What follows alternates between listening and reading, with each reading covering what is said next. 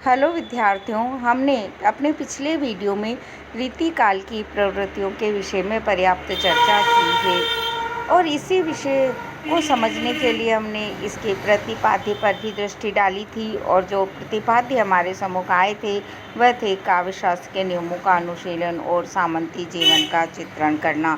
इस आधार पर रीतिकाल की जो प्रवृत्तियाँ विशेष रूप से उभर कर आई थी वह थी सामंती अभिरुचि, आचार्यत्व प्रदर्शन की भावना, श्रृंगारिकता की भावना, नारी सौंदर्य चित्रण, भक्ति एवं वैराग्य का मिश्रण, प्रकृति का उद्दीपन रूप में चित्रण, आश्रयदाता की प्रशंसा।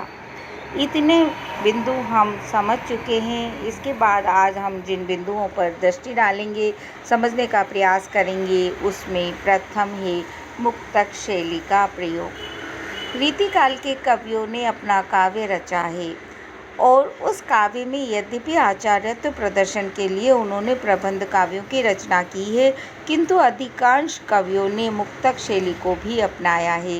भक्ति युग में ही राज दरबार में मुक्तक शैली को पर्याप्त प्रोत्साहन प्राप्त हो चुका था। अकबर के दरबारी कवि के रूप में देखें तो रहीम, गंग, टोडरमल, नरहरि आदि श्रृंगारिक कवियों ने बहुत पहले कवित्व, सवैया, दोहा आदि की रचना की थी। इसके अतिरिक्त भी देखें तो तत्कालीन फारसी साहित्य की मुक्तक शैली का पर्याप्त प्रभाव भी इन कवियों पर पड़ा है। राज दरबार की मुक्तक परंपरा को रीतियुगीन राज्याश्रित कवियों ने भी अपना लिया और मुख्यतः धनाक्षरी कवित्व, सवैया और दोहा छंदों को मुक्तक शैली में काव्य रचना के लिए प्रयुक्त किया। कोमल भावनाओं की अभिव्यक्ति इन छंदों के माध्यम से बड़ी ही प्रभावोत्पादक बन पड़ी है। घनानंद, पद्माकर, देव आदि के छंदों में कला अपनी प्रौढ़ता को पहुंची हुई दिखलाई देती है और उनमें रसमयी अभिव्यक्ति का चरमोत्कर्ष भी हमें देखने को मिलता है। इन छंदों के प्रयोग में भाषा का सौंदर्य, माधुर्य और सहज स्वर छंद प्रतीत होता है। दोहा छंद कहने में छोटा होता है, परंतु स्वर छंद प्रति की दृष्टि से यह इतना सफल रहा है कि गागर में सागर की उक्ति चरितार्थ होती है। इस तरह इस युग में मुक्तक शैली का अपूर्व विकास हमें देखने को मिलता है। एक अन्य विशेषता जो इस काल की है वह है ब्रज भाषा का प्रयोग। भक्ति काल के काव्य में ही हम देखें तो अवधी और ब्रज दो भाषाओं का प्रयोग हुआ है, जिसमें जितना भी कृष्ण काव्य है उसने ब्रज भाषा को ही अपनाया है। अवधी का प्रयोग अपेक्षाकृत उस दृष्टि से कम हुआ है, ब्रज का ज़्यादा हुआ है। रीतिकाल के कवियों ने भी इसी ब्रज भाषा को अपनाया है। रीतिकाल का 90% से भी अधिक काव्य ब्रज भाषा में ही रचा गया है।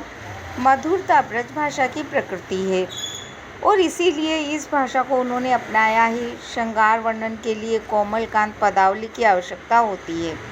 इस भाषा को मधुर और श्रृंगारोचित बनाने के लिए संयुक्त वर्णों का सरलीकरण भी किया गया है, जैसे श्रावण का सावन, भाद्र का भादो, चंद्र का चंद्र, श्रृंगार का श्रृंगार, कृष्ण का कहान बन गए हैं।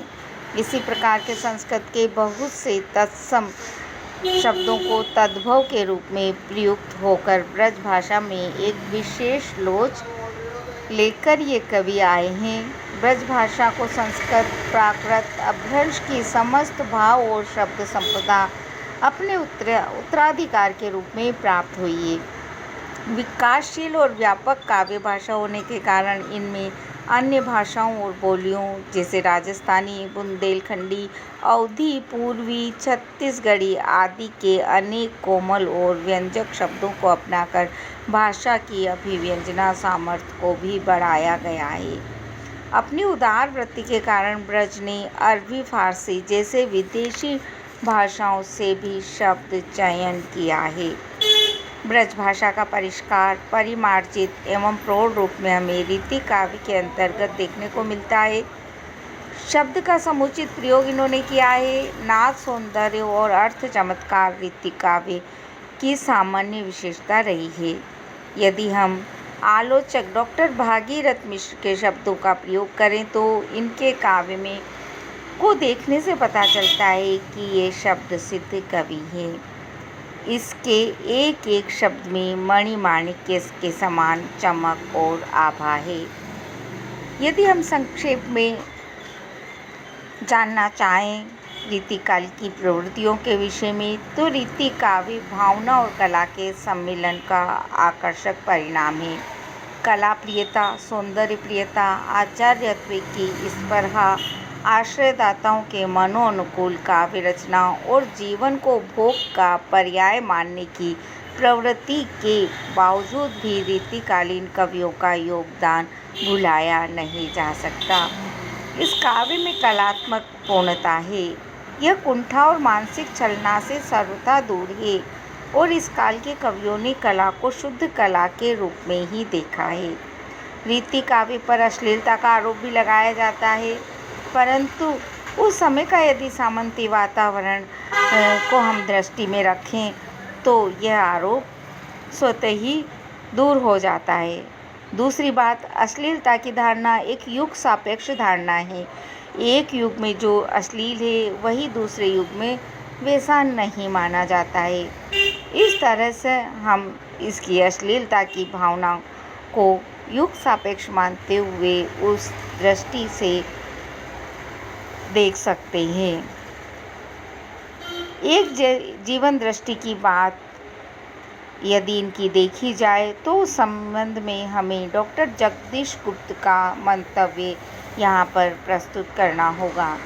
रीति कवियों के विषय में उन्होंने कहा है, रीति कवियों के पास कोई गहरी जीवन दृष्टि थी ऐसा प्रतीत नहीं होता। जीवन दृष्टि दीर्घ अनुभव, गहरे आत्ममंथन और प्रौढ़ तत्व चिंतन का परिणाम होती है, जबकि किसी भी रीति कवि में ये बातें समष्टि रूप में हमें कहीं लक्षित नहीं होती।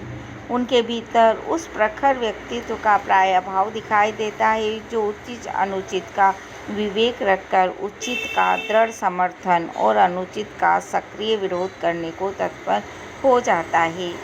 किसी गहन नैतिक या सामाजिक संघर्ष के बीच भी उन्हें तपना नहीं पड़ा था। उनमें भी सौंदर्य प्रियता, रसिकता, कला कुशलता, काव्य शास्त्री तथा राजर्षय एवं राज सम्मान प्राप्ति की कल्पना, इन सबका सम्मिलित परिणाम यह हुआ कि उनका व्यक्तित्व एक विशेष ढंग का निर्मित होता गया, जिसकी कुछ निश्चित सीमाएं बन गई। दरबारी वातावरण से हटकर लोक सामान्य जीवन को उन्मुख भाव से स्पर्श करने का भी अवसर उन्हें प्राय नहीं मिला। उसकी गहराई में बैठकर कुछ उपलब्ध करने का तो प्रश्न ही नहीं उठता। कविता के क्षेत्र में शास्त्र के अनुसरण का पंथ अपनाकर उन्होंने अपनी कल्पना शक्ति तथा काव्य चेतना को इस सीमा तक आबद्ध कर लिया कि अंत तक अपने रचे घेरे को तोड़ नहीं सके। उनकी दृष्टि शक्ति एवं पूर्व निर्धारित परिधि के चारों ओर घूमने में व्यय हुई। रीति काव्य एक समानांतर प्रवाहित नीति काव्य की धारा को ही अधिकतर उनकी नैतिक दृष्टि मिली, पर स्वतंत्र नैतिक चेतना उनमें विकसित नहीं हो सकी। वास्तव में देखा जाए तो रीति काव्य निश्चित रूप से श्रृंगार काल रहा है, किंतु कुछ कवियों ने इसके विपरीत वीर रस की पताका भी फहराई है। यह अवश्य है कि वीर रस के कवियों ने अपने आश्रयदाताओं की वीरता का बखान कर रीति काव्य की परंपरा को ही निभाया है। इन कवियों में देखा जाए तो भूषण और केसरी बारहट का नाम विशेष उल्लेखनीय है।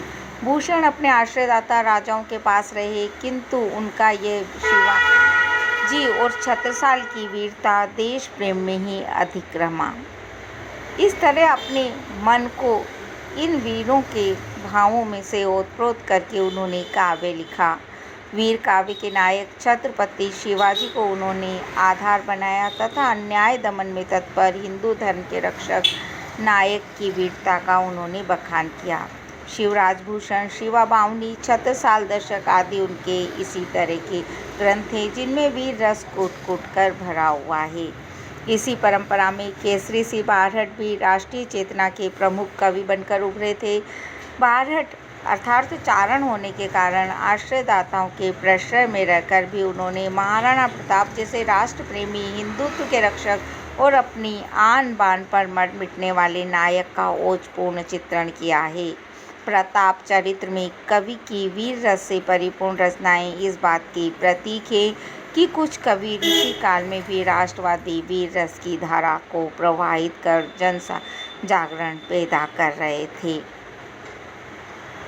परंतु क्योंकि महत्वपूर्ण धारा नहीं है, कुछ ही कवि इसमें हैं, इसलिए हमने इसे मुख्य धारा के रूप में अलग से वर्णित नहीं किया।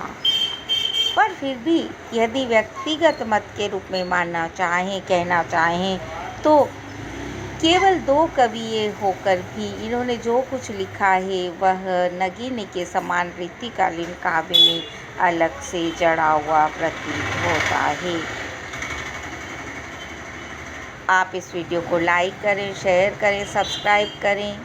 धन्यवाद।